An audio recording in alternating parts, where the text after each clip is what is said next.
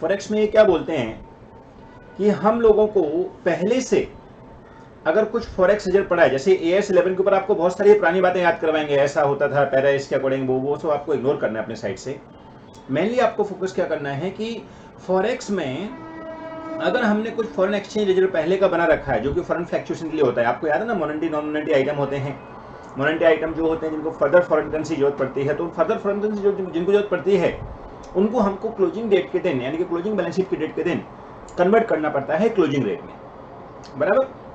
तो वो closing rate में कन्वर्ट करना, वो जो डिफरेंस आएगा उसको हम रिजर्व में भी मेंटेन कर सकते हैं और पीएल में ट्रांसफर कर सकते हैं। लेकिन ये बोलते हैं जब हम फर्स्ट टाइम इंडिया से अप्लाई कर रहे हैं तो पुराना जो भी रिजर्व पड़ा है उसको पहले नील कर दीजिए, उसको खत्म कर दीजिए और आगे से नया फ्रेश चालू करिए, बराबर। एंड इसके अलावा आपको याद होगा फंक्शनल करेंसी का भी यूज करना पड़ता है, तो फंक्शनल करेंसी भी हम यूज करेंगे, राइट। सो फॉरेक्स में हम बोल सकते हैं कि अगर एग्जिस्टिंग सिस्टम अप्लाई करना चाहें वी कैन यूज, बट अगर कुछ फॉरेन फ्लक्चुएशन रिजर्व पड़ा है तो उसको हमको नील लाना पड़ेगा, बराबर। और उसके बाद में नया फ्रेश चालू करें, देन स्टार्ट विथ फ्रेश, ठीक है। और हमको यहां पर फंक्शनल करेंसी का भी कॉन्सेप्ट यूज करना है, तो आगे के लिए हम जब भी आगे से भी आ जाएंगे हमको फंक्शनल करेंसी कॉन्सेप्ट यूज करना है, जैसा कि आपको इंडिया 21 में सिखाया था। उसके अकॉर्डिंग जो भी हमारा फंक्शनल करेंसी है accordingly we make the treatment for further future, right. But existing में जो भी पड़ा है उसको हमको खत्म कर देना है। इसके अलावा पुराना जो AS 11 के ऊपर वो आपको बताएगा, बहुत बड़ी बड़ी बातें बोलेगा पैरा इसके अकॉर्डिंग, वो आपको ऐसा नहीं है कि आपको याद करने की जरूरत है, आप याद करो कि सर पहले हम ऐसा करते थे क्या, तो उसका हम डिस्कशन ज़्यादा नहीं करने वाले हैं क्योंकि वो पास था, अभी फ्यूचर हमारे लिए इंडेस हो गए हैं, राइट। सो उसके अकॉर्डिंग अगर एग्जिस्टिंग को रिजर्व पड़ा है तो उसको नील कर देना है, वो याद रखना है। अदरवाइज हम लोग फॉरेन करेंसी का जो ट्रांजेक्शन है उसको एग्जिस्टिंग सिस्टम के अकॉर्डिंग भी रख सकते हैं और नया भी कर सकते हैं, बराबर। हाँ, लेकिन अगर कुछ पुराने AS के अकॉर्डिंग एक एग्जाम्पशन है ऐसा कुछ बोले, तो अगर वो पुराने AS में अप्लाई नहीं हो सकता है तो हम इंडेस में उसको अप्लाई नहीं करेंगे, बराबर। एक बार क्वेश्चन में आपको करवाता हूं तो आपको ज्यादा समझ में आएगा। Let's come to the question. इसमें दो क्वेश्चन इसके ऊपर डायरेक्टली दिए हुए हैं, क्वेश्चन नंबर 14 एंड 15। निकालते हैं जरा question 14। While Linked is a first time adoption of Ind AS, okay. The date of transition is 1st April, okay. On the date of transition, there is a long-term foreign currency monetary liabilities. ये देखिए monetary liabilities है. So means monetary liabilities we have to convert into closing rate anyhow, right? 60 crores, US dollar 10 crore, 10 million converted and exchange rate of 21.60, okay. मतलब ये कुछ बहुत पुरानी चीजें है, ठीक है। So रुपीज में 60 करोड़ है और जो कि US डॉलर में 10 मिलियन डॉलर है। The accumulated exchange difference on the date of transaction is nil. अरे वाह, बहुत अच्छी बात है। तो पहले से ही हमारा एक्सचेंज डिफरेंस क्या है, नील है, ठीक है। Since While Limited was followed AS 11 notification under the company's accounting standard rule 2016 has not exercised the option provided in paragraph 46-46A of AS 11, the company want to avail the option under paragraph 46A of AS 11 prospectively or retrospectively on the date of transaction to Ind AS। अब देखिए यहाँ पे ये क्या बोलना चाहता है कि हम पुराने प्रीवियस गैप के हिसाब से पैरा 46A के अकॉर्डिंग हम लोग प्रोस्पेक्टिव और रेस्पेक्टिवली का इफेक्ट या यूज करना चाहते हैं, उस ऑप्शन को यूज करना चाहते हैं, बराबर, ठीक है। How should it account for the transaction difference in respect of this under Ind AS।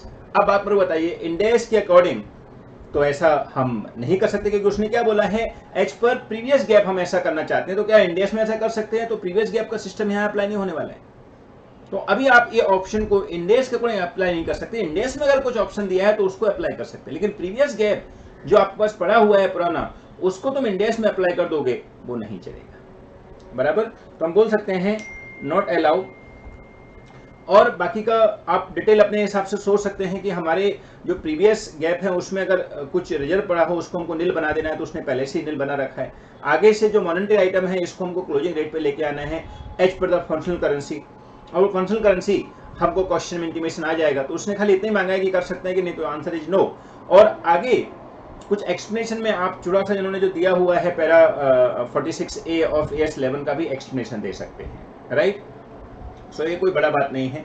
Now illustration number 15, ये भी इसी के ऊपर है। वाइल लिमिटेड जब first time adopter of India S, ठीक है, आई थिंक कंटिन्यू में ही है। The date of transaction is 1 April 15 on 1 April 2011। Date of transaction 15 है और यहाँ पे 11 ही था, राइट, ठीक है। एंड बात कर रहे हैं 1 April 2011, okay, 4 year before it obtained 7-year $1 lakh loan, okay, 7 year ago obtained 7-year $1 lakh, means for 1 lakh $US we had taken the loan for 7 year, तो अभी भी आउटस्टैंडिंग होगा ये obvious. It has been exercised the option provided in paragraph 46A 46A जो है वो यहाँ पे बहुत ज़्यादा यूज कर रहे हैं वो लोग, AS11 and has been amortized the exchange difference in respect of this loan over the balance period of such loan. Perfect. देखो amortization they want to make in the balance period of loan, so no problem, that is allowed. Means it has amortized the exchange difference in respect of this loan over the balance period of the such loan. So वो AS11 में वो लोग apply कर रहे थे, ऐसा उसका जो एक्सचेंज डिफरेंस आया हुआ उसको वो amortise on the life of loan में कर रहे हैं जो कि 7 ईयर है, ठीक है। On the date of transaction the company wants to continue the same accounting policy with regard to amortize of exchange difference. Perfect. तो अब जो पहले से कर रहे हैं उसको तुम कंटिन्यू करना चाहते हो तो नो प्रॉब्लम, लेकिन पहले हम ऐसा करने का सोच रहे थे और अब हम इंडेस में आ गए और फिर अचानक से बोलोगे हम उसको करेंगे, वो नहीं चलेगा। कर रहे थे पहले तो हम कर सकते हैं। तो यहां पर क्या बोला उन्होंने, on the date of transaction the company wants to continue the same accounting policy with regard to the amortization of exchange difference. So same accounting policy they want to use, whether the company is permit to do so. बिल्कुल allow है, क्योंकि जो इंडेस है वो बोलता है कि भाई मैं आपको बर्डन नहीं हूं, मैं आपकी जो प्रीवियस सिस्टम में अगर तुम्हारा सिस्टम बढ़िया चल रहा है तो कंटिन्यू रख सकते हैं, लेकिन आप आगे के लिए बोलोगे कि हम एएस अप्लाई करेंगे तो नहीं चलेगा, बराबर। तो हम बोल सकते हैं यस वी कैन डू और we can continue with the exchange difference policy, जो भी हमारी पहले की पॉलिसी चल रही है अमोर्टाइजेशन करने का, वो हम कंटिन्यू रख सकते हैं, ओके। एंड फ्रेंड्स ये जो फॉरेक्स है इसके ऊपर टेस्ट नॉलेज के क्वेश्चन में भी आएगा, तो हम उस टाइम भी बात करेंगे इसके बारे में, right. Now question number 16, A limited acquire B limited in a business combination transaction, A limited agree to pay certain contingent consideration, liabilities classified to be limited, okay. कुछ कंटिजेंट कंसिडरेशन भी दिया हुआ है, राइट। ए पेरेंट कंपनी हो गई, B limited subsidiary हो गई, business combination, right. As part of the investment in its separate financial statement, A Limited did not recognize the said contingent consideration, okay. A Limited did not recognize the said contingent consideration, ठीक है, since it was not considerable probable, बराबर, उसको नहीं लगता है ये, I think same question हमारा आया भी था पहले, did not consider कि वो मिलने वाला है कुछ, ऐसा उनको लगता है। A Limited considered the previous gap carrying amount of investment as it deemed cost on first time adoption, perfect। deemed cost हमने ऑलरेडी सीखा हुआ है, we can use existing carrying value or we can use fair value, whatever we have preference we can use as deemed cost, right। so they want to continue the deemed cost as previous investment, ठीक है। in that case that's the carrying amount of investment required to adjust for the transaction। तो देखो friends यहाँ पर अब उसने last time जो contingent consideration था उसको उसने बोला कि हमको नहीं लगता वो देना पड़ेगा, तो उन्होंने उसको रिकॉग्नाइज नहीं किया, तो हमको भी नहीं लगता, तो नो प्रॉब्लम। अभी अगर कुछ ऐसे सिम्टम्स आ गए हो कि उसको देना पड़ेगा तो अलग बात है, लेकिन अभी कुछ ऐसे आए नहीं हैं, तो हम बोलेंगे investment will be continue as previous GAAP, बराबर। सो इसके लिए हम इसकी वैल्यू प्रीवियस गैप के अकॉर्डिंग रख सकते हैं, no problem, right.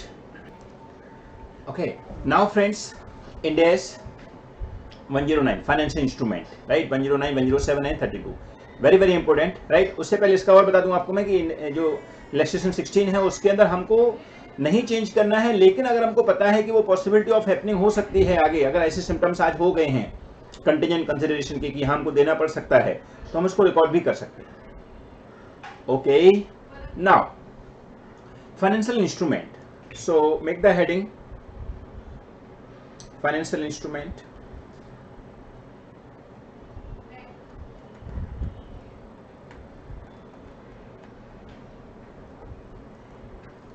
Fifth number है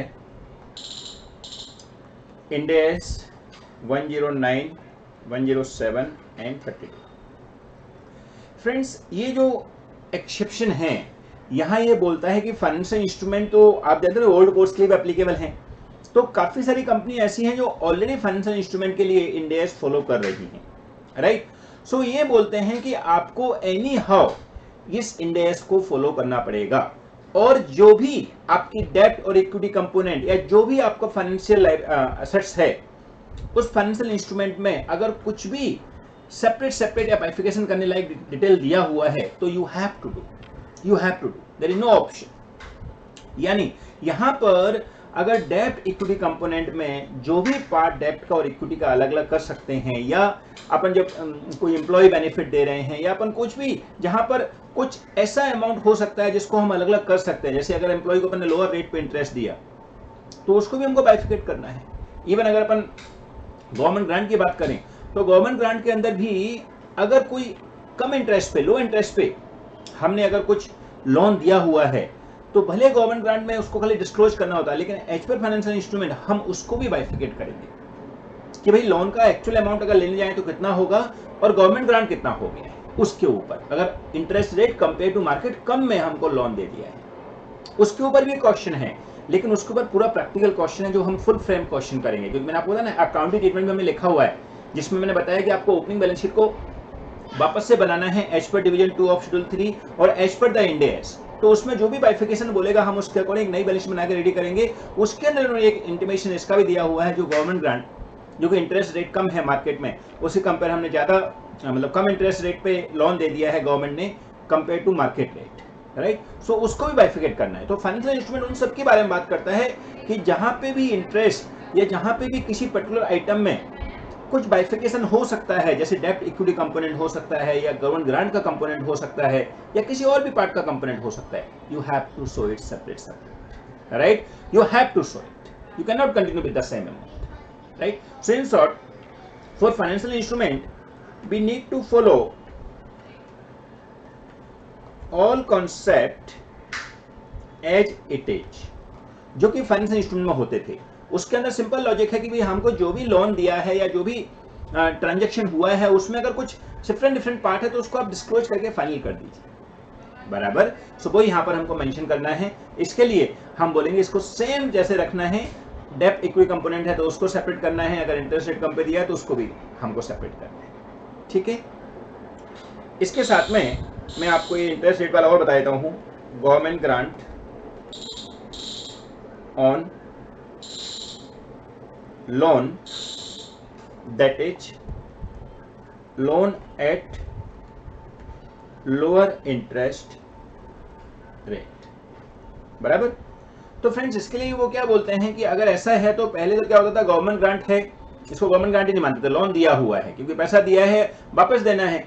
लेकिन यहाँ बोलते नहीं, हमको उसको गवर्नमेंट ग्रांट दिखाना पड़ेगा। कैसे दिखाएंगे, तो हमको फाइनेंशियल इंस्ट्रूमेंट के अकॉर्डिंग जो इंटरेस्ट रेट मार्केट में चल रहा है उसके हिसाब से लोन की अमाउंट निकालनी है, और कितना लोन एक्चुअली दिया है उन दोनों का difference is become government grant. So वो भी हमको बाइफिकेट करके देना है। तो ये भी एक हमारा पार्ट हो जाएगा जहां हमको सेपरेट करके देना पड़ेगा कि इसके अंदर गवर्नमेंट ग्रांट कितना है और एक्चुअल लोन कितना है, क्योंकि लोन कम रेट पे दिया गया है कंपेयर टू मार्केट। लेकिन एक बात याद रखना कि अगर कहीं पे इसमें इन्फॉर्मेशन ऐसी दिया हो कि हमारे पास ऑप्शन ही नहीं है इन्फॉर्मेशन का, सपोज गवर्नमेंट ने लोन दिया है लेकिन ये नहीं बताया कि एक्चुअल मार्केट में क्या चल रही है, तो how can be बाइफिकेट।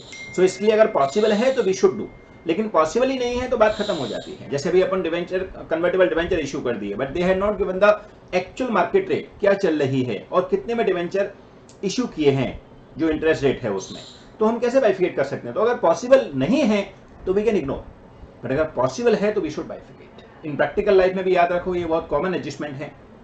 Financial instrument जहां पर हमने कोई भी ऐसा कोई ट्रांजैक्शन किया है जिसमें मार्केट रेट के कंपेयर हमने कम ट्रांजैक्शन में इफेक्ट डाला है, तो उसको डेफिनेटली हमको बाइफिकेट करना है।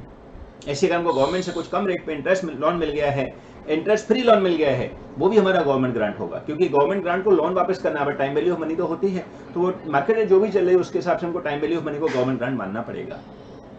Okay, so these two thing will be cover with the practical sum also, and one question also given, question number 17 इसके ऊपर दिया हुआ है, तो उसको और कर लेते हैं अपन लोग, फिर अपन प्रैक्टिकल सम बड़ा वाला करेंगे, right. Question 17. On April 1st, 2011, Sigma Limited issued 30,000 6% convertible debenture of face value of 100 per debenture at par. ठीक है. These are convertible 6%, right?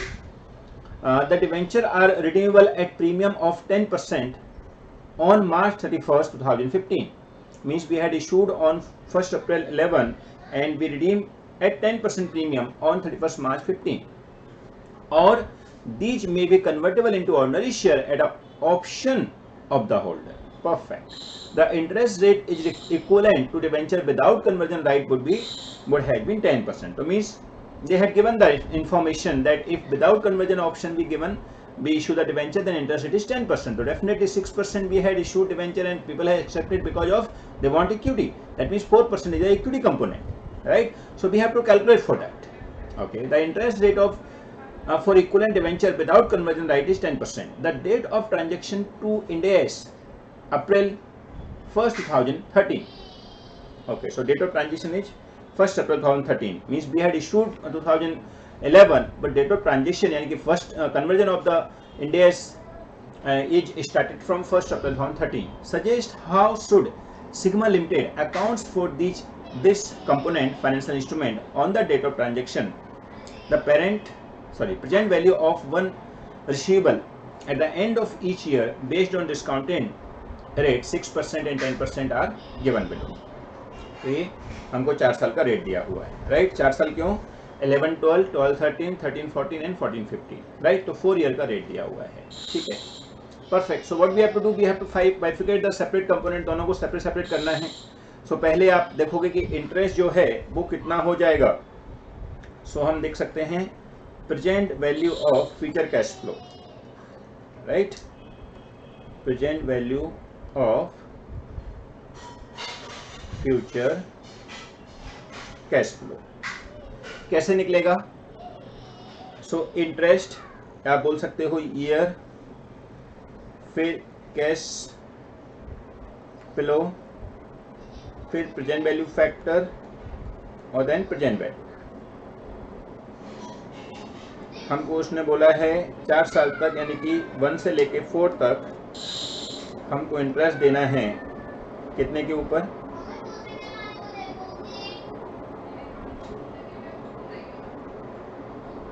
$30,000 6% converted debenture of 100 यानी कि 3 लाख के ऊपर 30 लाख के ऊपर 6%. तो कितना हो जाएगा 30 लाख के ऊपर 6%? 30 लाख के ऊपर 6% हो जाएगा 1,80,000 बराबर. एंड 4th ईयर में लास्ट में हमको पेमेंट करना है 30 लाख प्लस 10, सो 33 लाख, राइट? सो इनडायरेक्टली हम लोगों को 30 लाख के ऊपर 6% यानी कि 1,80,000 4 ईयर तक देना है और 33 लाख लास्ट में पेमेंट करना है. वो हम डिबेंचर को कन्वर्ट करेंगे, राइट? ओके. अब आता है रेट क्या चल रही है, तो 10% के हिसाब से हमको डिस्काउंटेड करना है. सो लास्ट ईयर रेट तो 0.68 है, बट 4 ईयर का अक्यूमुलेटेड करना पड़ेगा. तो डिवाइड टोटल लगा दीजिए 1 divide by 1.1 1 2 3 4. So 3.1699, right? Into 1,80,000, so it comes to 5,70,575 एक अमाउंट यह हो जाएगा. और एक 33 लाख को लास्ट ईयर के डिस्काउंटेड फैक्टर से करेंगे 0.68, कम्स टू 22,44,000, राइट? तो ऐसे टोटल मिलके 28,14,576 डेप्ट का कंपोनेंट हो गया, राइट? अगर ये डेप्ट का कंपोनेंट हो गया है तो टोटल मिलके 30 लाख का लोन है, तो लोन का कंपोनेंट कितना, इक्विटी का कंपोनेंट कितना हो जाएगा?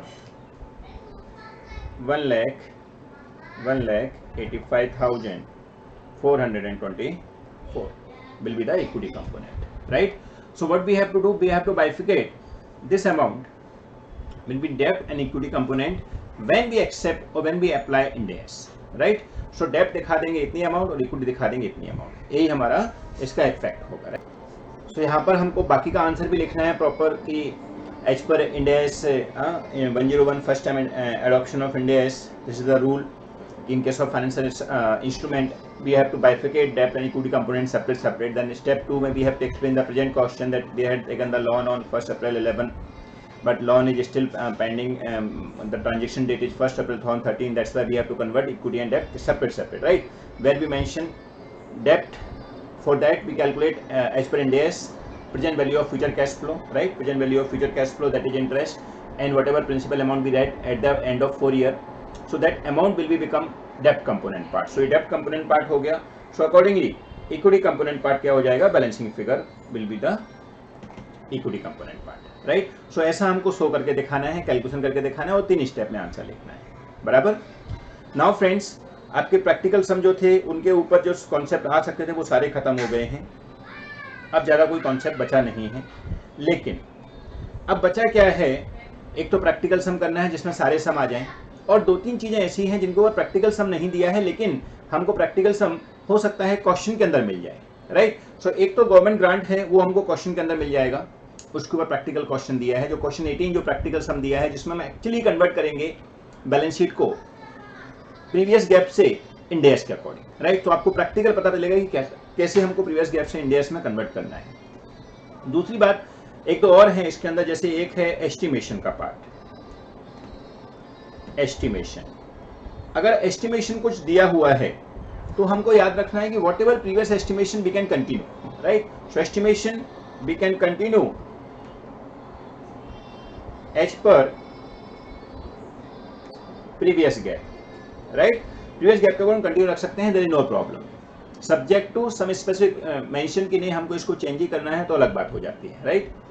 फिर एक और आता है फ्रेंड्स, मैंने वहाँ पे आपको लिखवाया था, अराउंड 6-7 लिखवाए थे. एक और यहाँ पर है, वो है जॉइंट वेंचर या joint control, jointly control entity, जिसको हम पहले AS 27 के अकॉर्डिंग करते थे, but now Ind AS 111 and 28 है, बराबर, या Ind AS 28 अगला भी बोल सकते हैं. तो इसमें थोड़ा सा स्पेसिफिक ट्रीटमेंट होगा जो आपको ध्यान से सुनना है, क्योंकि इसके ऊपर क्वेश्चन नहीं दिया है, इसके लिए हमको डायरेक्टली एक्सप्लेनेशन से ही काम लेना पड़ेगा, राइट. जॉइंट कंट्रोल क्या होता है, अगर आपको याद हो तो एज पर AS 27 हम क्या करते थे, हम जितना भी कंट्रोल हमारे हाथ में है उतना ही प्रोपोर्शनेट एसेट्स एंड लायबिलिटी लेते थे, याद है. मैं यहां लिख देता हूं एक बार, एज पर प्रीवियस गैप बोलो या AS 27 बोलो, we take proportionate assets and liabilities of our jointly controlled entity.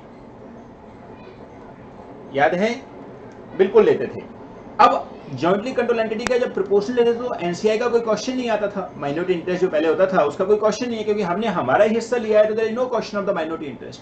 But assets liabilities उतना ही लेते थे जितना हमारा हिस्सा है.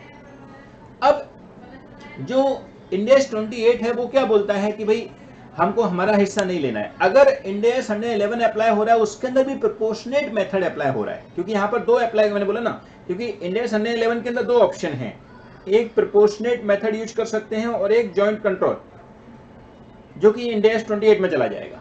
तो अगर प्रोपोर्शनेट मेथड यूज कर रहे हैं तो हमारा सेम का सेम कॉन्सेप्ट जो AS में होता था वैसे ही वहां पे हो जाएगा. बट प्रोपोर्शनल मेथड यूज कर रहे हैं ऐसा क्वेश्चन स्पेसिफाई बोलना पड़ेगा. बट क्वेश्चन खाली इतना बोला है कि joint venture Ind AS 28 apply करना है, तो Ind AS 28 क्या बोलता है कि investment will be remain investment only. माने जैसे हम एसोसिएट में करते थे पहले AS 23 के अकॉर्डिंग, वैसा ही Ind AS 28 बोलता है कि इन्वेस्टमेंट की आप जो असेट्स लायबिलिटीज हैं उनको मर्ज मत करिए, आप उस इन्वेस्टमेंट को इन्वेस्टमेंट ही रखिए, लेकिन इक्विटी मेथड के अकॉर्डिंग कर रहे हो तो जो भी पोस्ट प्रॉफिट है उसको और ऐड कर दीजिए. अंडरस्टूड. सो हमको क्या करना पड़ेगा कि अगर हमको एज पर प्रीवियस गैप उसने प्रोपोर्शनेट असेट्स लायबिलिटीज ऐड करके दे दिया है और हमको बोला कि convert as per Ind AS करना है, तो Ind AS 28 के अकॉर्डिंग हमको उस इन्वेस्टमेंट की वैल्यू निकालनी पड़ेगी. और वो इन्वेस्टमेंट की वैल्यू कैसे आएगी, या तो हमको पता हो उसकी cost plus post profit, otherwise जो प्रोपोर्शनेट हमने ऐड कर रखा है असेट्स लायबिलिटीज का, उस प्रोपोर्शनेट को हटाते जाइए और उसको नेट एसेट्स निकालिए और वही नेट एसेट्स हमारे इन्वेस्टमेंट की वैल्यू हो जाए। आई रिपीट, हम लोगों को इंड एस 28 के अकॉर्डिंग इन्वेस्टमेंट को इन्वेस्टमेंट ही रखना पड़ेगा, और इन्वेस्टमेंट को अगर इन्वेस्टमेंट रखना है तो उसकी वैल्यू निकालनी पड़ेगी।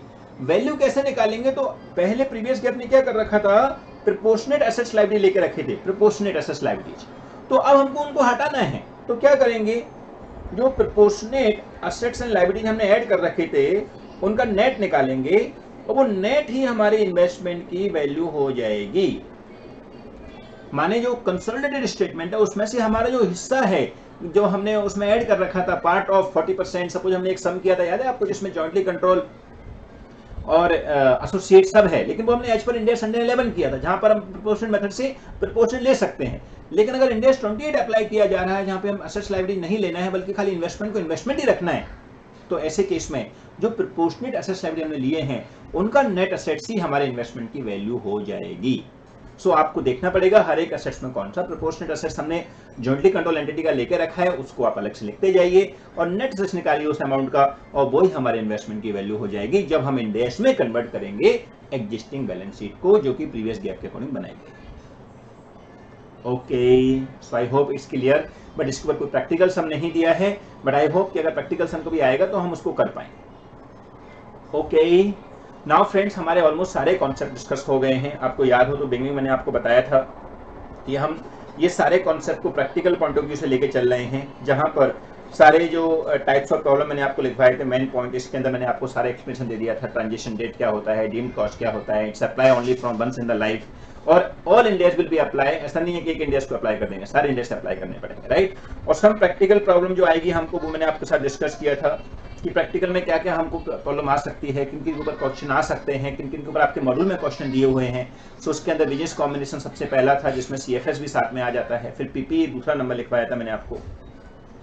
फिर फॉरेक्स इंडेक्स 21 के ऊपर मैंने आपको लिखवाया था। फिर ईशॉप शेयर बेस्ड पेमेंट 103 के ऊपर लिखवाया था मैंने। फाइनेंशियल इंस्ट्रूमेंट में लिखवाया था। एस्टिमेशन आ गया था। फिर मैंने बाद आपको जॉइंट कंट्रोल एंटिटी लिखवाया है, राइट। गवर्नमेंट ग्रांट लिखवाया है। गवर्नमेंट ग्रांट कैसा, जो इंटरेस्ट लोन हमने कम पे दिया है, तो उन सब का डिस्कशन हमने कर लिया है, राइट। अब हम प्रैक्टिकल सम ले रहे हैं, जहां पर ये सारी चीजें हम लोग प्रैक्टिकल यूज करेंगे, और जो बैलेंस शीट है जो कि ओपनिंग के अकॉर्डिंग दी हुई है उसको हम कन्वर्ट करके क्लोजिंग बैलेंस शीट में बनाएंगे, बराबर। तो आपको जरा प्रैक्टिकल एक्सपीरियंस भी हो जाएगा और सम भी समझेगा कि कैसे हमको प्रैक्टिकल लाइफ में करना है। क्योंकि देखो एग्जाम पॉइंट ऑफ व्यू हो सकता है अभी जाए, ज्यादा कोई ऐसा नहीं है कि इतना भी इंपॉर्टेंट नहीं है, इंपॉर्टेंट है बट इतना ज्यादा नहीं है। बट प्रैक्टिकल लाइफ में तो डेफिनेटली आप जब किसी के फर्स्ट टाइम इंडिया से अप्लाई करोगे तो उस टाइम आपको ये सब रूल अप्लाई करने पड़ेंगे। So let do the full sum. Question number 18 इसके ऊपर दिया हुआ है, जो कि लास्ट सम है हमारा इलस्ट्रेशन का, राइट। और वैसे जो क्वेश्चन हैं वो टेस्ट एंड नॉलेज में भी दिए हैं 4 क्वेश्चन, वो भी मैं करूंगा क्योंकि मैंने आपको प्रॉमिस किया था कि सारे क्वेश्चन मेरे को करने हैं। So let's do first question number 18 practical sum. फिर बचे हुए जो टेस्ट एंड नॉलेज के क्वेश्चन है 4 वो भी कर लेंगे, क्योंकि मोस्टली वो तो कवर हो चुके हैं हमारे इलस्ट्रेशन के अंदर, but still we will read so that आपको आइडिया मिल जाएगा, राइट। As limited has in following assets and liabilities as March 31st। And then friends, ये इलस्ट्रेशन जो है वो सेम आपके मॉड्यूल में है। मैंने बोला ना, खाली मैंने वहां से कॉपी पेस्ट किया है, राइट। सो आप अपने मॉड्यूल में से देख सकते हैं, हमारे पास बुक नहीं है तो। As limited has in following assets and liabilities as at 31st March 2011 prepare accordings the previous GAAP. Okay, so ये प्रीवियस गैप के अकॉर्डिंग बनाए हैं हमने, अभी ऐसा उसने बोला है, राइट, ठीक है। प्रॉपर्टी प्लांट इक्विपमेंट, देखो प्रीवियस गैप में जो होता है उसके अकॉर्डिंग यहाँ पर उन्होंने बना के हमको दे दिया प्रॉपर्टी प्लांट इक्विपमेंट। फिर investment in S limited, trade receival, advance for purchase inventory, okay. फिर inventory cash of a total, fine. ये आइटम दिए हैं, इनमें जहाँ पे नोट बना के दिए हैं वहाँ हम डिटेल देखेंगे कि किस चीज़ के नोट हैं, राइट। आगे बढ़ते हैं। Debt, deferred loan, creditors, short term borrowing, provision, total liabilities, okay. But ये टोटल एसेट्स अभी टैली नहीं हुई है टोटल लायबिलिटी के साथ में, क्योंकि टोटल एसेट्स इतनी की है, टोटल लायबिलिटी जितनी है, तो अभी इंटरनल और आएगा, राइट, ठीक है। आगे बढ़ते हैं। शेयर कैपिटल, उसके अंदर शेयर कैपिटल है। फिर रिजर्व, रिजर्व के अंदर 2 पार्ट हैं। अकोमोडेटेड ट्रांजैक्शन डिफरेंस, ये भी स्पेशल टाइप का दिया हुआ है, राइट। फिर ईशॉप रिजर्व, ये रिजर्व में ही आ जाएगा, 4 में ही आ जाएगा सर। फिर रिटेन अर्निंग, और फिर टोटल इक्विटी और देन टोटल लायबिलिटी लगा दिया, तो हमारा पूरा आंसर हो गया 24299, right. Following gaps difference were identified by the company on first time adoption of Ind AS with effect from 1st April 2011. Perfect. So these are the differences we had identified. So what I am saying कि अभी जो balance sheet दिया हुआ है उसके according जो note to account है वहां से हमको कुछ पता चलेगा कि किस टाइप से करना है। जैसे कॉम्युलेटिव ट्रांजैक्शन डिफरेंस दिया हुआ है, अभी किस चीज का है हमको अगर डिटेल नहीं पता होगा तब तक हम इसको नहीं कर पाएंगे, राइट। सो अकॉर्डिंग लेट्स सी कहां पे हमको इंटीमेशन मिलेगा, accordingly we will do. But अब ये समझ में आ गया है कि ये बैलेंस शीट हमको प्रीवियस गैप में दिया हुआ है, अब इंड एस में कन्वर्ट करना है, तो इनके नोट टू अकाउंट से हमको डिटेल पता चलेगा, accordingly we apply. Okay, understood. और ये ट्रांजेक्शन डेट 1 अप्रैल 2011 है, तो आई थिंक यहाँ पे भी बैलेंस शीट का डेट 1 अप्रैल 2011 ही होगा, यस। एंड 31 मार्च 2011 या 1 अप्रैल 2011 बात एक ही होती है, राइट, ठीक है। The relation to property, plant and equipment, the following adjustment were made, यानी कि नोट टू अकाउंट नंबर 1 दिया हुआ है, क्या क्या दिया है, property plant equipment comprise land held for capital prescription purpose costing 4,50,000 and was classified as investment property as per Ind AS 40. Perfect. So what they say कि in our PPE 4,50,000 is the land which we held for investment purpose. So for this we have Ind AS 40 which say कि we have to classify the investment property separate. So what we have to do, PPE we have to divide into two parts. One is PPE normal and second is investment held for the land held for the investment, right? So as per Ind AS 40 we have to, what we have to do, we have to bifurcate that PPE into two parts. One is investment in property as per Ind AS 40 and second is PPE remaining, right? और भी कुछ है इसके अंदर और देख लेते हैं। Exchange difference of rupees 1 lakh were capitalized to depreciable property, plant and equipment on which accumulated depreciation of 40,000 was recorded. Okay, so friends, exchange difference जैसा Ind AS 21 मैंने आपको बताया था उसको कैपिटलाइज वहां पे भी कर सकते हैं, तो अगर उसने कैपिटलाइज कर रखा है तो no problem, I think it's allow, तो हमको कुछ नहीं फर्क पड़ रहा है इससे हमारा जो कैपिटलाइजेशन हमने पहले सिस्टम फॉलो कर रखा है वही हम अभी फॉलो करेंगे, क्योंकि AS 11 में जो एग्जिस्टिंग पॉलिसी है उनको हम कंटिन्यू रख सकते हैं, राइट, ठीक है। There were no assets retirement obligation, perfect, कोई रिटायरमेंट ऑब्लिगेशन नहीं है, non pensions held for sale and discontinue operation ऐसा कुछ नहीं है, तो उसको भी हमको बाइफिकेट करने की जरूरत नहीं है Ind AS 105 के according, right. The management identified to adopt deemed cost exemption for using the previous GAAP carrying value as deemed cost as the date of transaction for PPE investment property, perfect. So what they say indirectly कि हम लोगों को जो carrying value है वही deemed cost को apply करना है, हमको कुछ कॉस्ट में चेंज नहीं करना है, यानी कि कोई फेयर वैल्यू नहीं लेना है। इसका मतलब PPE में ये खाली प्रॉपर्टी जो हेल्ड फॉर इन्वेस्टमेंट है वही एक अलग हो रही है, अदरवाइज प्रॉपर्टी PPE का सब कुछ सेम है। सो आपके सामने पूरी पिक्चर आ गई कि हमने जब Ind AS के अकॉर्डिंग बैलेंस शीट बनाई है, that balance sheet will be the same subject to 4,50,000 we have to make it separate as investment property, otherwise सब कुछ सेम है, ओके। लेकिन सबके रीजन लिखने पड़ेंगे, ऐसा नहीं चलेगा, you have to mention the everything कि हम ये इन्वेस्टमेंट को अलग क्यों कर रहे हैं, फिर एक्सचेंज डिफरेंस को हम सेम क्यों रख रहे हैं, क्योंकि उसने बोला है कि एज पर प्रीवियस गैप अगर हम कंटिन्यू रखना चाहें तो रख सकते हैं, और उसने कैरिंग अमाउंट की वैल्यू रखने का बोला है तो डेफिनेटली कैरिंग अमाउंट ही रहेगी, और सबकी कैरिंग अमाउंट रहेगी, एक की नहीं सबकी कैरिंग अमाउंट रहेगी, बराबर। फिर ऐसे ही देयर इज नो इंक्रीमेंट ऐसे ऑब्लिगेशन कुछ ऐसा नहीं है, रिटायरमेंट ऑब्लिगेशन, तो हम बोलेंगे कि इसलिए प्रॉपर्टी प्लांट इक्विपमेंट खाली सब कुछ सेम है, खाली एक इन्वेस्टमेंट प्रॉपर्टी अलग से करना है 4,50,000 का। तो मैं आपको दिखा देता हूँ एक बार, आपको क्लियरिटी आ जाएगी, राइट। ये जो इन्वेस्टमेंट प्रॉपर्टी है इसके दो हिस्से बना देते हैं, 4,50,000 for investment in property and balance को हम एज नॉर्मल PPE दिखा देंगे, राइट, ठीक है। Now note to account number 2, right. ये नोट टू अकाउंट जो है यहाँ पर दिया था ना, ये 1 दिया था, ये 2 दिया, इन्वेस्टमेंट इन एस लिमिटेड करके, यहाँ सब्सिडी का इन्वेस्टमेंट, ठीक है। The company had made investment in S Limited subsidiary of S Limited for 48 lakh that carrying a fair value of 68 lakh. Okay. At the transaction date, the company intend to recognize the investment at fair value. Very good. At the date of transaction. Means investment they had keep at 48 lakh presently. If you can see in the investment, it is showing 48 lakh, right? But what they saying now this 48 lakh का fair value is 68 lakh and they want to make it at fair value. मैंने आपको बताया ना कि अगर हम PPE सारे रखना चाहें at fair value we can make, If you want to PPE all in carrying value, we can make. But for all PPE, we have to follow the same concept. In the same way, for investment in S Limited means subsidiary company, we have suppose 10 subsidiary company. Then for all 10 subsidiary company, our concept should be same.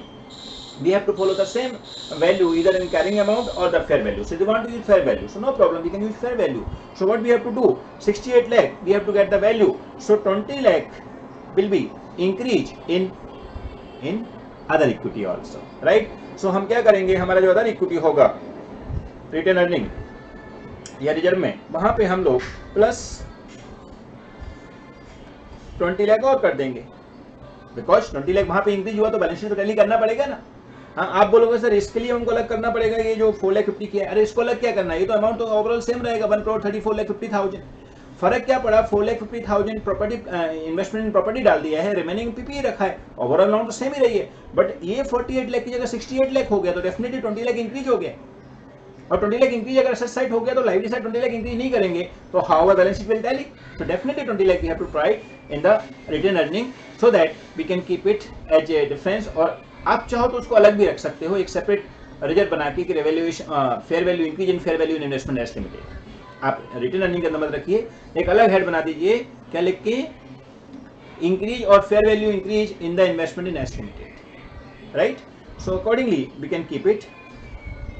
सो यहाँ पर हो गया investment का 20 lakh increase हो जाएगा, वो हमारा एक काम हो गया. नाउ फाइनेंशियल इंस्ट्रूमेंट जो नोट 3 है उसके लिए बताया है, क्या बोलते हैं, bed deferred loan 60 lakh. Okay, the bed deferred loan 60 lakh was obtained on March 31st, 2011 for setting up a business in backward region with a condition to create certain defined target for the employment of local population of the region. ठीक है. The loan does not carry any interest and is repayable in full at the end of 5 years. Okay, means it not carry any interest. तो मैं आपको बता रहा था ना कि इंटरेस्ट फ्री लोन देना या लेस इंटरेस्ट पे लोन देना भी एक सब्सिडी होता है, वो भी एक गवर्नमेंट ग्रांट होता है. सो गवर्नमेंट ग्रांट को शो होना चाहिए. So now it's loan free interest, interest is 0.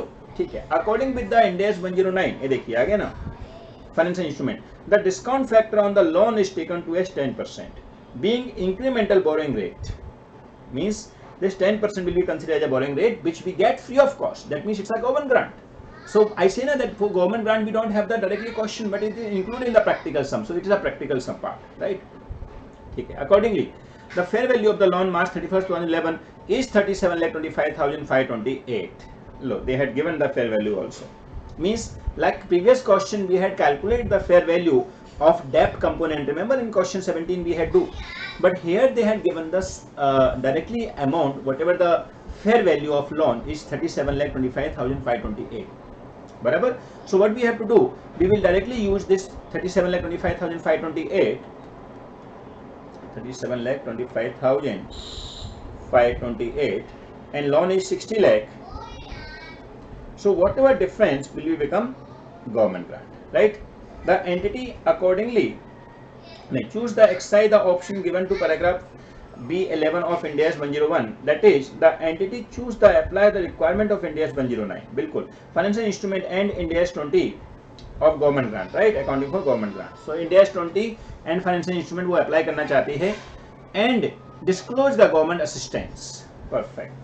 So ये पूरा नाम हो गया government grant and disclose the government assistance. Ind AS 20 का नाम हो गया, right?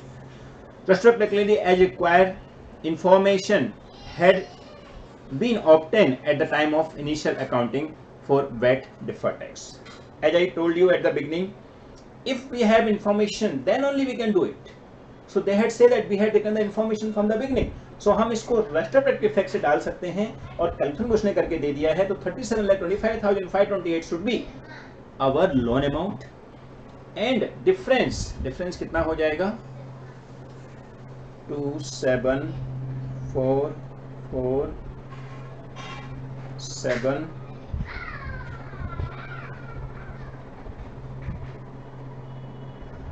3 नहीं 2 and 2 22,74,472. should be recorded as government grant, right? Because present value of loan is 37,25,528, but loan is 60 lakh, so definitely 22,74,472 should be shown as loan amount. ठीक है, कल आप एक बार चेक कर सकते हैं. So this should be shown in the loan account, government grant. ये इतना हमको गवर्नमेंट ग्रांट मिला है, आप बोल सकते हो ये हमारा गवर्नमेंट ग्रांट हो जाएगा एज पर इंड AS 20, और ये हमारा जो होगा वो लोन कंपोनेंट होगा जो कि गवर्नमेंट से हमको लोन मिला है. ठीक है, चलो आगे बढ़ते हैं. The retain earning of the company contain the following. ठीक है, रिटेन अर्निंग का भी उसने जो इंडेक्स बना अपना नोट टू अकाउंट बना के दिया था वो दिया हुआ है. ESOP reserve of ₹20,000. ठीक है, the company has granted 1000 option to employ out of which 800 already vested. ये देखिए आपको मैंने ESOP करवाया था, याद है? So whatever already vested that we not do anything, we can continue as per the previous gap, but whatever not vested will we anyhow to convert as per Ind AS, right? So out of 1000 option 800 have been already vested. The company follow an intrinsic value method for recognition of ESOP charge and recognize 12,000 toward the vest option and 8,000 over the period of time. Okay, so 12,000 already it vest and 8,000 over the period of time because it's vest in the future. बराबर बात है. ठीक है, ESOP exchange and the corresponding reserve. If fair value of method had been followed in accordance with Ind AS 102, the corresponding charges would have been 15,000 and 9,000 for the vested and unvested share respectively. Means we follow the fair value, where previously the value is 12,000 for whatever already vested and 8,000 for whatever not yet vested, and now fair value for whatever already vested is 15,000 but whatever not vested is 9,000. So what we have to do, whatever not vested we have to now recognize at 9,000 because now fair value is not 8,000, it's 9,000. Okay, the company intends to avail the interest as 101 exemption for share-based payment for not restating the ESOP charge as per previous gap for vested option, right? So friends, the company intend avail the Ind AS 101 exemption for share-based payment for not restated for ESOP charge as per previous gap for the vested option. Perfect. Means they say कि हमको previous जो already registered हो already जो waste हो चुके हैं उनको रजिस्ट्रेट नहीं करना है, ऐसा उसने ऑप्शन एक्सरसाइज किया है. बेसिकली वो ऑप्शन है, हम चाहें तो बिगनिंग से भी रजिस्ट्रेट कर सकते हैं, बट कंपनी से कि whatever already vested we should not restate. उनको हमको वापस से नहीं गधे मुर्दे उखाड़ने हैं, हम लोगों को आज से आगे के लिए सोचना है. तो अब आज के हिसाब से आप बताइए मेरे को कि हमारा जो ESOP रिजर्व होगा उसके अंदर 8,000 की जगह 9,000 वैल्यू बनानी पड़ेगी. सो 1,000 will be increase, so definitely 1,000 कहीं से जाना भी पड़ेगा तो 1,000 फ्रॉम रिटेन अर्निंग माइनस हो जाएगा. बराबर. सो इसका नेट इफेक्ट क्या हो जाएगा, 1,000 जो हमारा ESOP रिजर्व है वो इंक्रीज हो जाएगा और रिटेन अर्निंग से उतना माइनस हो जाएगा. तो हम चाहे तो इसका इफेक्ट डाल ही देते हैं. यहां पर रिटेन अर्निंग में यहां पर 1,000 हमको लेस करना पड़ेगा और ESOP रिजर्व में 1,000 हमको प्लस करना पड़ेगा, राइट? सो इनडायरेक्टली एक जगह से माइनस एक जगह से प्लस, तो हमारा बैलेंस शीट भी टैली हो गया, दिमाग नहीं लगाना पड़ेगा, राइट? चलिए आगे बढ़ते हैं. ESOP के साथ में कुमुलेटिव ट्रांजैक्शन डिफरेंस, ये भी हम बोला था. कुमुलेटिव ट्रांजैक्शन डिफरेंस क्या है वो बताया उसने नोट टू अकाउंट नंबर 4 के अंदर ही. ठीक है, क्या है? ₹1 lakh company had non intangible foreign branch in accordance with AS 11, okay, and has recognized as a balance of 1 lakh as part of reserve. On first time adoption of Ind AS, the company intend to avail Ind AS 101 exemption of restating the cumulative transaction difference to 0. ये देखिए मैंने आपको बताया ना कि जो cumulative difference होता है that we have to make it 0, हमको उसको 0 पे लेके आना पड़ेगा, right? So 1 lakh company had non-intangible foreign branch in accordance with AS 11. तो non integral foreign branch होता है तो उसमें हम differences को P&L में चार्ज नहीं करते हैं, we will keep as reserve. But as per Ind AS, now they want to restate it as 0. That means 1,000 whatever cumulative transaction difference we have to transfer from cumulative transaction difference to retained earning. Right. So 1000 बाहर से हट के return earning में हो जाएगा तो 0 हो जाएगा इनडायरेक्टली, राइट। इसका अगर इफेक्ट देना चाहें तो क्या हो जाएगा, हमारा 1 लाख रिटर्न अर्निंग में ऐड हो जाएगा। सो यहाँ पर हम 1 लाख ऐड कर सकते हैं, 1 लाख, और ये जो क्युमुलेटिव रिजर्व है यहाँ से 1 लाख लेस हो जाएगा, राइट। सो इनडायरेक्टली इसका इफेक्ट भी नील हो गया, बराबर। सो आपकी बैलेंस शीट बनकर रेडी हो चुकी है। आप देख सकते हो बाकी के सब आइटम एजिटेड रहने वाले हैं, लेकिन हमको शेड्यूल 2 ऑफ डिवीजन 2 के डिवीजन 2 ऑफ शेड्यूल 3 के अकॉर्डिंग फॉर्मेट बनाना है। उसके अकॉर्डिंग सारे आइटम सेम हैं, बराबर। और ऐसे करके हम लोगों को रिजर्व सरप्लस का अमाउंट जो आएगा, क्योंकि रिजर्व सरप्लस हमारा अदर इक्विटी के अंदर आएगा, अदर इक्विटी में तो ओवरऑल टोटल आता है, तो टोटल में जो इसमें से माइनस इसमें से प्लस, उसमें तो कुछ फर्क पड़ेगा नहीं। बट अदर जो अंदर जो दिखाएंगे हम लोग नोट टू अकाउंट के अंदर, वहां पे फर्क पड़ेगा कि क्युमुलेटिव रिजर्व जो है वो 0 हो जाएगा, ईसॉप रिजर्व जो है वो 21,000 का हो जाएगा, और रिटर्न अर्निंग जो है वो 1,79,000 plus 20 lakh less 1,000 plus 1 lakh हो जाएगा, बराबर। तो बना दीजिए बैलेंस शीट। हाँ, चलो बैलेंस शीट बनाते हैं। हालांकि उसने बैलेंस शीट मांगा नहीं है आपसे, आप अगर देखो तो उसने बैलेंस शीट मांगा नहीं है, क्योंकि क्वेश्चन के अंदर तो उसने क्या मांगा है ऐसा कुछ लिखा ही नहीं है।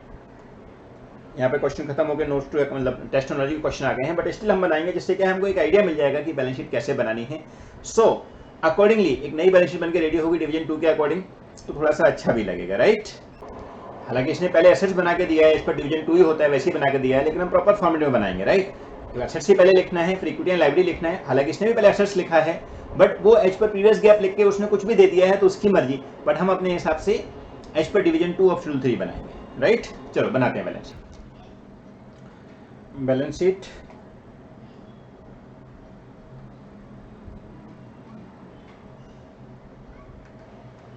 Answer to question number 18, right, जो मेरी बुक में पेज नंबर है 66, राइट। मॉड्यूल में आप देख सकते हो हम लोग बैलेंस शीट बना रहे हैं, डिस्कशन हमने कर लिया है, उनके ऊपर नोट टू अकाउंट बनाने हैं, वो भी हमने बना दिया है, मैं मान रहा हूँ, ठीक है। So we are making balance sheet. Balance sheet after first time adoption of Ind AS, right. Ind AS adopt करके हमारी बैलेंस शीट बनके रेडी हो रही है एज पर डिवीजन 2 ऑफ शेड्यूल 3। फॉर्मेट बना देंगे।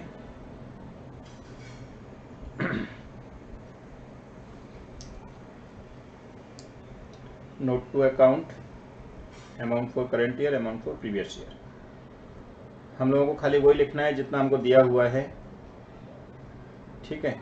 ये अमाउंट हमको लिखनी है खाली। सबसे पहले असेट्स, हालांकि उसने भी हमको बैलेंस शीट का फॉर्मेट पहले एसेट्स बना के दिया है, बट वो उसने अपने हिसाब से दे दिया है, राइट।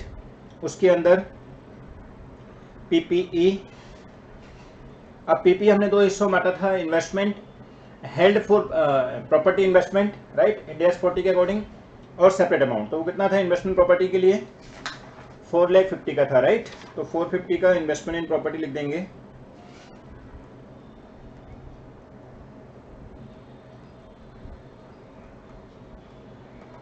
जो बचेगा वो हम यहाँ लिख देंगे 1,34,50,000 माइनस 4,50,000, 13,00,000,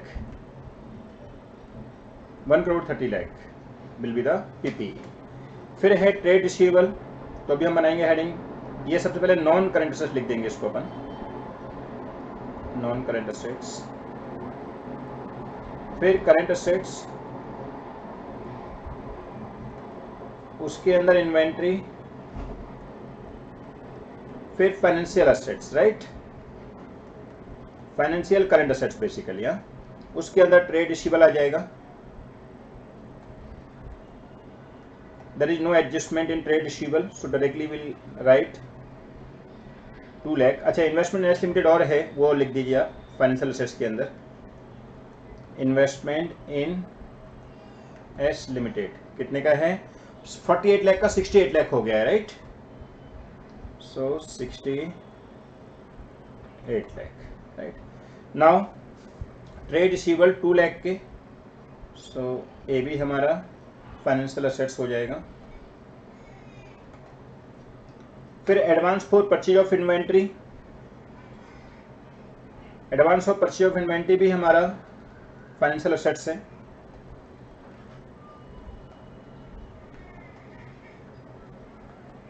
$50 लाख, क्योंकि इन्वेंट्री अभी तक आया नहीं है।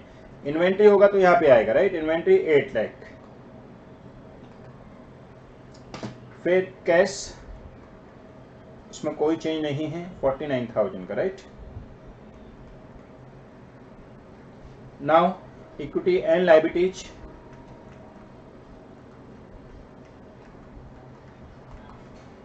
इसके अंदर लोन, राइट। तो उसके अंदर पहले अपन लिख देते हैं शेयर होल्डर फंड, उन्होंने लोन दिया है पहले हमको, शेयर होल्डर फंड। उसके अंदर शेयर कैपिटल, फिर अदर इक्विटी, राइट। अब अदर इक्विटी का हमको नोट टू अकाउंट बनाना चाहिए, मैं यहाँ पे बना के दे रहा हूँ। पहले मैं शेयर कैपिटल लिख दूँ, कितने का है। शेयर कैपिटल इज, कहाँ गया share capital, 1,30 lakh, 1,30 lakh, right. Other equity के अंदर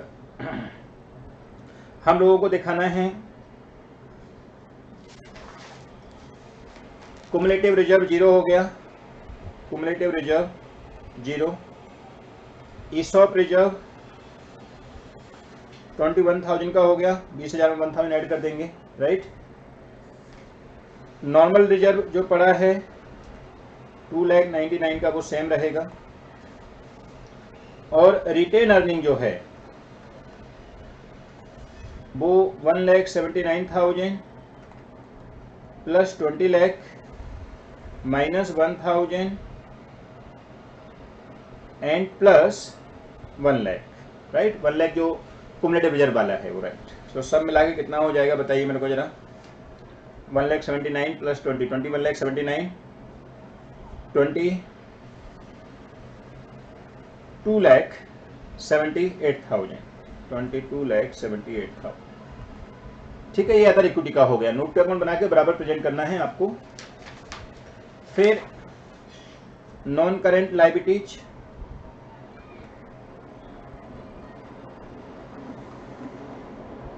नॉन करेंट लायबिलिटीज कितनी है।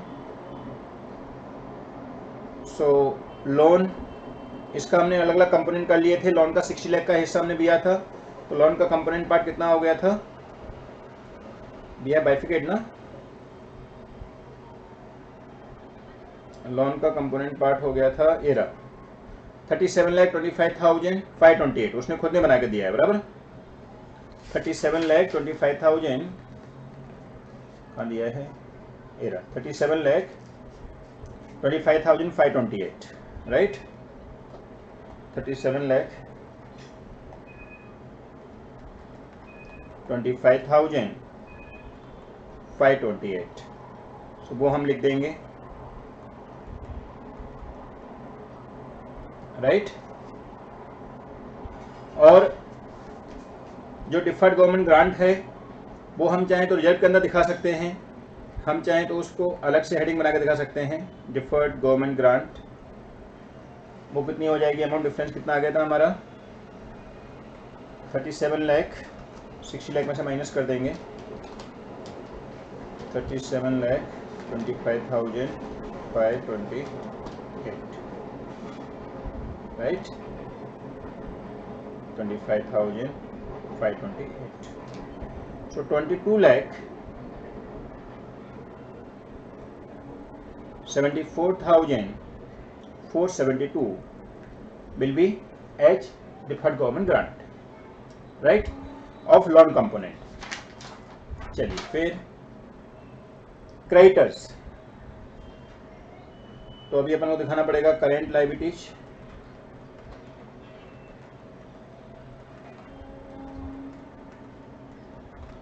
क्रेडिटर्स 30 लाख, कोई चेंज नहीं है इसमें, राइट। फिर शॉर्ट टर्म बोरोइंग, एक्चुअली ये फाइनेंशियल एसेट्स है, फाइनेंशियल लायबिलिटीज है, नॉट असेट्स, फाइनेंशियल लायबिलिटीज। इसको हम ट्रेड पेबल भी बोल सकते हैं अगर ऑप्शन है हमारे पास बोलने का तो। फिर शॉर्ट टर्म बोरोइंग, ये हमारी कैश एंड कैश इक्विवेलेंट हो जाता है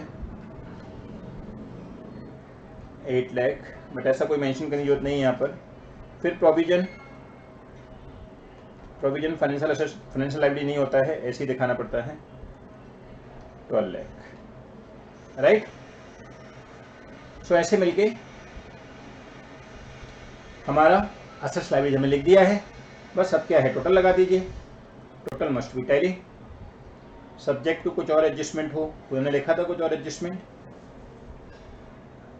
ये देखिए एक बार अपन चेक कर लेते हैं।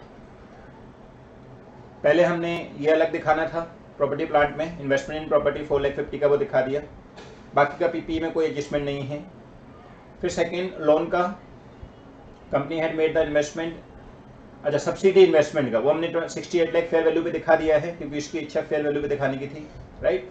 20 लाख भी had added in the reserve and surplus और इक्विटी के अंदर ऐड कर दिया हमने। फिर बैट, ये डिफर्ड लोन करके जो है इसका भी ट्रीटमेंट हमने कर दिया है, loan component 37 lakh 25,528 and equity component 22,74,472, right. फिर ईसॉप का हमने 21,000 दिखा दिया है जो बचा हुआ है उसके लिए। फिर कॉम्युलेटिव ट्रांसफर डिफरेंस, ये 1 लाख का हमने खत्म कर दिया है क्योंकि अभी ये डिफरेंस की हमको नॉन इंडिकल सिस्टम फॉलो कर रहे थे, तो जो पुराना डिफरेंस उसको जीरो करना पड़ता है एज पर इंड AS 101, हमने ये चीज सीखी हुई है, right. So not take the total, total must be tally, लगा के बता दीजिए फटाफट टोटल कितना आ गया friends, so that total must be tally. Okay, लगाइए टोटल फटाफट। तो टोटल आता है फ्रेंड्स 2,62,99,000 बराबर। लाइब्रेरी साइड में ये शायद टोटल हमने बराबर नहीं लिया है, और ये फ्रेंड्स रिजर्व का जो 299 है ना, ये टोटल का था इन सबका मिला के, तो ये रिजर्व अपन को नहीं लेना है क्योंकि रिजर्व इनडायरेक्टली सब में आ गया है। अमाउंट जो वहां लिखा हुआ है ना वो उन्होंने गलत लिख दिया है, रिजर्व लिख के उन्होंने अमाउंट लिख दिया है 299। बेसिकली मैं आपको दिखा दूं एक बार, देखिए ये जो रिजर्व है ये 299 जो लिख रहा है, ये 299 इन सबका टोटल है, 1 लाख प्लस 20,000 प्लस 179। 299 रिजर्व अलग से नहीं है, जबकि लिख ऐसा रहा है कि 299 रिजर्व है, बट वो टोटल है 299, राइट। तो इसका बाइफिकेशन ऐसे वो कुछ भी दे सकते हैं, बट हमको समझना है क्योंकि इसका टोटल लगाएंगे तो टोटल हमारा अगर 299 हम 2 बार ऐड करेंगे तो टोटल टैली नहीं होगा, राइट। सो ये 299 इनडायरेक्टली इनके थ्रू हमारे पास आ चुका है, तो ये 299 हमको नहीं लेना है। और ये 21,000 हमने इसमें ऐड नहीं किया तो वो और ऐड कर देते हैं, तो 22,99,000 will be the total of other equity, right. Then इसका टोटल लगाएंगे तो फ्रेंड्स ए भी हमारा कितना हो जाएगा, 2,62,99,000। Okay, so this is the balance sheet converted as per Ind AS, right. First time adoption of Ind AS। इसके फॉर्मेट में हम चाहे तो फ्रेंड्स एडजस्टमेंट हमने जो यहाँ किए हैं वो हम कॉलम भी बना सकते हैं। सो आप अगर चाहो तो फॉर्मेट जैसे आपके मॉड्यूल में दिया हुआ है वैसा फॉर्म भी बना सकते हो। यहाँ नोट टू अकाउंट बना दीजिए, यहाँ पे amount as per previous GAAP लिख दीजिए, यहाँ पर एडजस्टमेंट कर दीजिए और यहाँ पे फाइनल अमाउंट लिख दीजिए। सो एडजस्टमेंट का कॉलम आप यहाँ बना सकते हो एक्स्ट्रा में, राइट। सो एडजस्टमेंट में आपने जो भी एडलेस किए हैं वो हम दिखा सकते हैं, जैसे हमने यहाँ पर ब्रैकेट में दिखाए हैं कैलकुलेशन करके, वो हम चाहें तो अलग से दिखा सकते हैं इसके अंदर ही। जैसे अभी ये पीपी जो है उसके अंदर 4,50,000 हमने अलग कर दिए और बचा हुआ 1,30,00,000 हमने पीपीए में दिखा दिया, तो ऐसे हम दिखा सकते हैं, राइट। सो एडजस्टमेंट का कॉलम और बना सकते हो, तो आप कैलकुलेशन इधर भी दिखा सकते हो जैसा मैंने ये बना के दिया है, नोट प्रीवियस गैप के अकॉर्डिंग अमाउंट, एडजस्टमेंट और फाइनली अमाउंट जो बाहर आई है। ओके, सो फ्रेंड्स ये प्रैक्टिकल सम भी हो गया, प्लस सबके नोट रीजन लिखना कंपलसरी है, तभी मार्क्स मिलते हैं क्योंकि बैलेंस शीट है फ्रेंड्स, इसके पूरे मार्क्स नहीं है। सपोज ये मार्क्स क्वेश्चन थोड़ा बड़ा है, तो अगर 12 to 15 मार्क्स का क्वेश्चन आता है तो आप ये समझ लीजिए कि 12 to 15 में से 50% मार्क्स आपको बैलेंस शीट में मिल जाएंगे, लेकिन remaining 50% you have to get from the working note on, right. So you have to make the working note for the same. Now friends कुछ क्वेश्चन और बचे हुए हैं टेक्स्ट नॉलेज के, उनको और कर लेते हैं so that A to Z हमारा काम खत्म हो जाएगा सारा का सारा, राइट। तो टेक्स्ट नॉलेज के क्वेश्चन पे आ जाइए फ्रेंड्स। 4 क्वेश्चन दिए हैं, कॉन्सेप्ट सारे हो चुके हैं, खाली हमको क्वेश्चन सॉल्व भी करना है। बड़ा क्वेश्चन नहीं है, खाली इन्फॉर्मेशन के लिए दिए हुए हैं, जैसे हमने इलिस्ट्रेशन 1 से लेकर 17 तक किए वैसा ही कुछ दिया हुआ है, राइट। ठीक है, company intend to restate its past business combination with effect from 38 June 2010. अच्छा ठीक है. Beginning of date prior to the transition date. Okay. If business combination are restated, whether certain other exemptions such as deemed cost exemption for property plant and equipment can be adopted.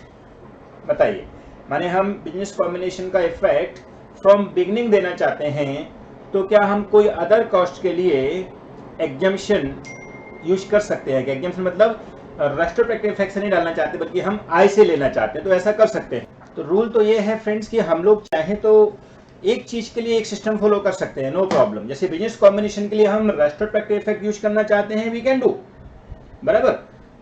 But for other assets we can use separate method also. There is no condition कि हमको exemption लेनी है तो ही बाकी की exemption मिलेगी. But इतना याद रखना है कि अगर हमने बिजनेस कॉम्बिनेशन के लिए रेट्रोस्पेक्टिव इफेक्ट लिया है, तो बिजनेस कॉम्बिनेशन से रिलेटेड सारे item we have to taking on the retrospective effect, यानी फ्रॉम बिगिनिंग ही हमको रेक्टिफाई करने पड़ेंगे. हाँ, बिजनेस कॉम्बिनेशन के अलावा जो पीपी है, जैसे इसने बोला ना कि पीपी के लिए हम चाहते हैं कि हम डीम्ड कॉस्ट एग्जम्पशन और प्रॉपर्टी प्लांट यूजमेंट यूज करना चाहते हैं, तो हम कर सकते हैं. बट बिजनेस कॉम्बिनेशन की असेट्स लायबिलिटीज के लिए नहीं. उनके लिए तो आपको फिक्स सिस्टम फॉलो करना है, क्योंकि बिजनेस कॉम्बिनेशन एक बार आपने अगर रेट्रोस्पेक्टिव इफेक्ट से चालू कर दिया, क्योंकि company has entered to restate its past business, तो रीस्टेट अगर उसने करने का सोच लिया, मतलब अब हमको ऑप्शन नहीं है कि हम बिजनेस कॉम्बिनेशन की कोई भी आइटम को एक डीम्ड कॉस्ट पे ले सके. हम उसको रीस्टेट ही करना पड़ेगा फ्रॉम बिगनिंग, रेट्रोस्पेक्टिव इफेक्ट से हमको काम करना पड़ेगा. लेकिन इसके अलावा जो एसेट्स लायबिलिटीज हैं, चाहे वो पीपी हो चाहे वो कुछ भी हो, उसको हम अपने हिसाब से डीम्ड कॉस्ट में या तो कैरिंग वैल्यू या फेयर वैल्यू ले सकते हैं. ओके, यानी कि डीम्ड कॉस्ट का एग्जम्पशन हमको अदर एसेट्स पे मिल सकता है, लेकिन बिजनेस कॉम्बिनेशन वाली एसेट्स लायबिलिटी पे नहीं मिलेगा. चाहे वो बिजनेस कॉम्बिनेशन का गुडविल भी आया हो, वो भी हमको रीस्टेट करना पड़ेगा as per business combination, as per India 103. उसके लिए हम कॉस्ट डीम्ड कॉस्ट यूज नहीं कर सकते हैं, लेकिन other than business combination item के लिए हम डीम्ड कॉस्ट यूज कर सकते हैं. इसलिए बिजनेस कॉम्बिनेशन में चाहे वो कोई भी एसेट्स लायबिलिटी हो, वो सब हमको रेट्रोस्पेक्टिव से लेना पड़ेगा, उसको हमको रीस्टेट करना पड़ेगा. But other than business combination we can continue whatever cost we want, we can continue, we can avail the exemption whatever we want. But property plant equipment अगर हमने एड कैरिंग अमाउंट लेने का सोच लिया, तो सब कुछ कैरिंग अमाउंट पे लेना पड़ेगा. ऐसा नहीं है कि उसको हम फेयर वैल्यू पे ले लेंगे, फिर सब कुछ कैरिंग अमाउंट पे लेंगे. Okay okay, second part. X Limited was using cost model for its property, plant and equipment till March 31st, 2012. ठीक है, cost model हम यूज कर रहे थे, right? Till 31st March 2012. Under previous GAAP, okay, the Ind AS become applicable for company financial year beginning April 2012. Okay, on April 11, that is the date of transaction, बराबर ना, क्योंकि हमारा applicable हो गया अप्रैल 12 से, so transaction date is previous year balance sheet beginning date. So April 12 से previous year balance sheet beginning date होगा April 2011. ठीक है, the transaction date to Ind AS, it use fair value as revaluation model as the accounting policy in respect of the property plant equipment for the first annual Ind AS financial statement. Perfect, they want to use fair value from the PP. ठीक है,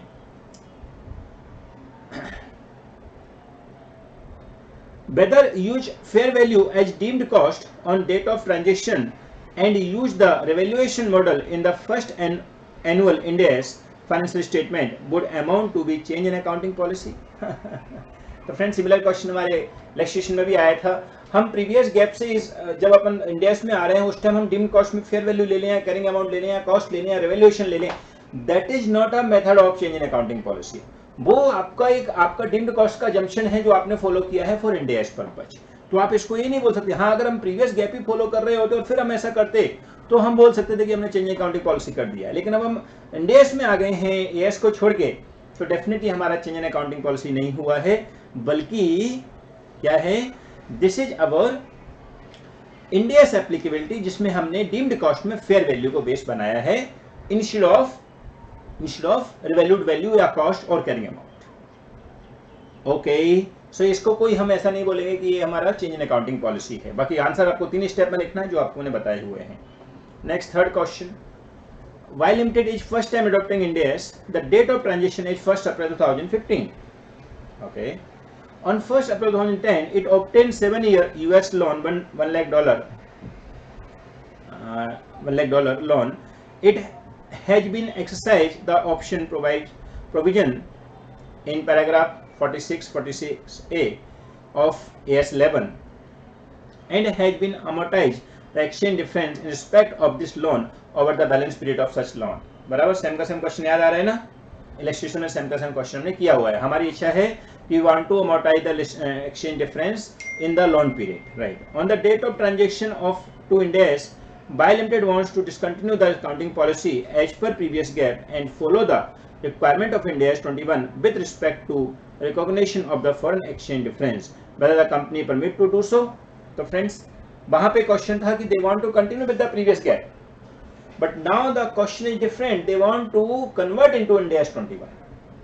तो वहां पर question में इतना ही था कि previous GAAP में रख सकते हैं. तो आपको बोला था कि yes you can get the option to get the previous GAAP, बराबर. बट यहाँ पर वो चाहते हैं कि हम इंड AS 21 के अकॉर्डिंग करना चाहते हैं. तो फ्रेंड्स आंसर तो वही है कि यस दे चाहे तो कर सकते हैं और चाहे तो इग्नोर कर सकते हैं.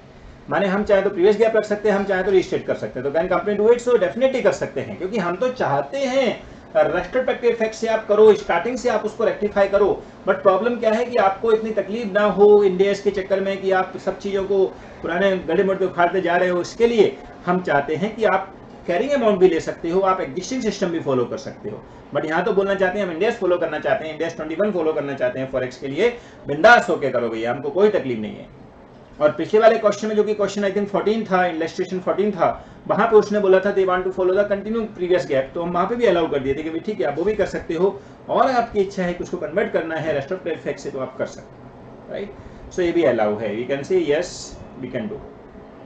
Last question, a company has chosen the elect the deemed cost exemption in accordance with Ind AS 101. Company has chosen to elect the deemed cost exemption in accordance with Ind AS 101. Okay. So deemed cost exemption उसने ले लिया है. Deemed cost exemption मतलब आपको पता है, मैंने starting से आपको बोला हुआ है deemed cost का मतलब क्या होता है, कैरिंग अमाउंट और fair value whichever we want, हमारे हाथ में ऑप्शन है, ठीक है. However, it does not wish to continue with the existing policy of the capitalization exchange fluctuation on long-term foreign currency monetary item to property plant equipment. That is, it does not want to elect the exemption avail as per Ind AS 101.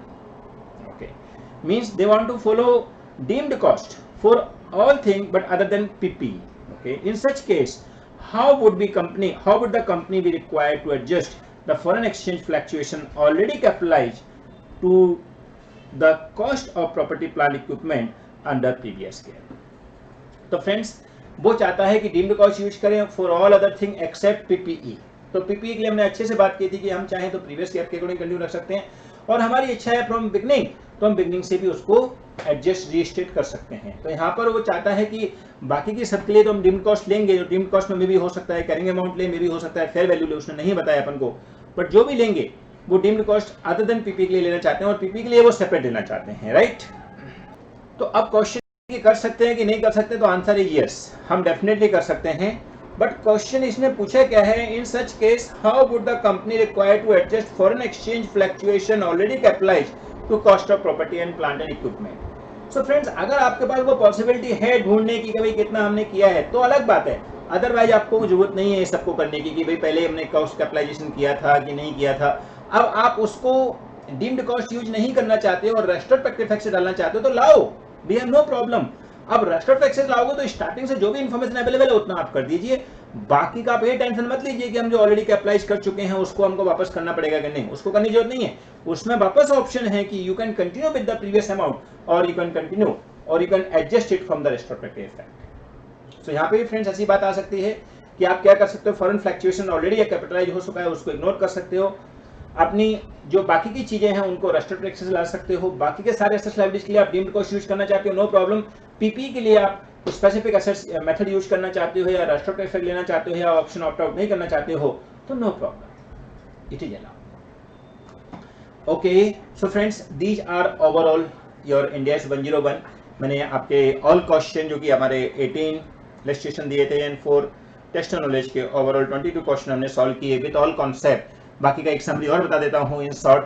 हम लोगों को end AS 101 ये बोलता है कि जब first time adoption Ind AS कर रहे हैं उस टाइम प्रीवियस बैलेंस शीट को भी रेक्टिफाई करना पड़ेगा, और वो प्रीवियस बैलेंस शीट जो है उसको जो फर्स्ट डेट है वो हमारा ट्रांजिशन डेट है, उसके लिए हमको सारे के सारे रेस्ट्रो इफेक्ट डालने पड़ेंगे। लेकिन अगर रेस्ट्रो इफेक्ट नहीं आ रहे हैं तो हम उन इफेक्ट के जो एग्जेम्पशन है वो ले सकते हैं, जो एग्जेम्पशन हमने 8 अराउंड डिस्कस किए वो एग्जेम्पशन है हमारे पास, राइट। बाकी राइसी बना देनी है रिस्टेट करके और हमारा काम हो गया, राइट। एंड फ्रेंड जितने भी इंडियाज हैं आप सबके प्लीज जो मॉड्यूल में सम दिए हैं उतने सम ही अपन करेंगे अच्छे से, क्योंकि वो सम आप बराबर कर लोगे तो आपको उससे बाहर आने की जरूरत नहीं है, क्योंकि स्ट्रेट फॉरवर्ड रखेंगे और एक लिमिटेड चीज रखेंगे, आईसीआई के अकॉर्डिंग चलेंगे तो हमको तकलीफ नहीं आती है, बराबर। So please follow ICI material only, चाहे आप मेरे थ्रू कर रहे हो या कैसे भी कर रहे हो, क्योंकि आईसीआई के मटेरियल से बाहर जाने की कोई जरूरत नहीं है, एक्स्ट्रा बर्डन लेने की कोई जरूरत नहीं है, उसको लेकिन अच्छे से कर देना है। Okay, thank you so much, all the best, bye bye.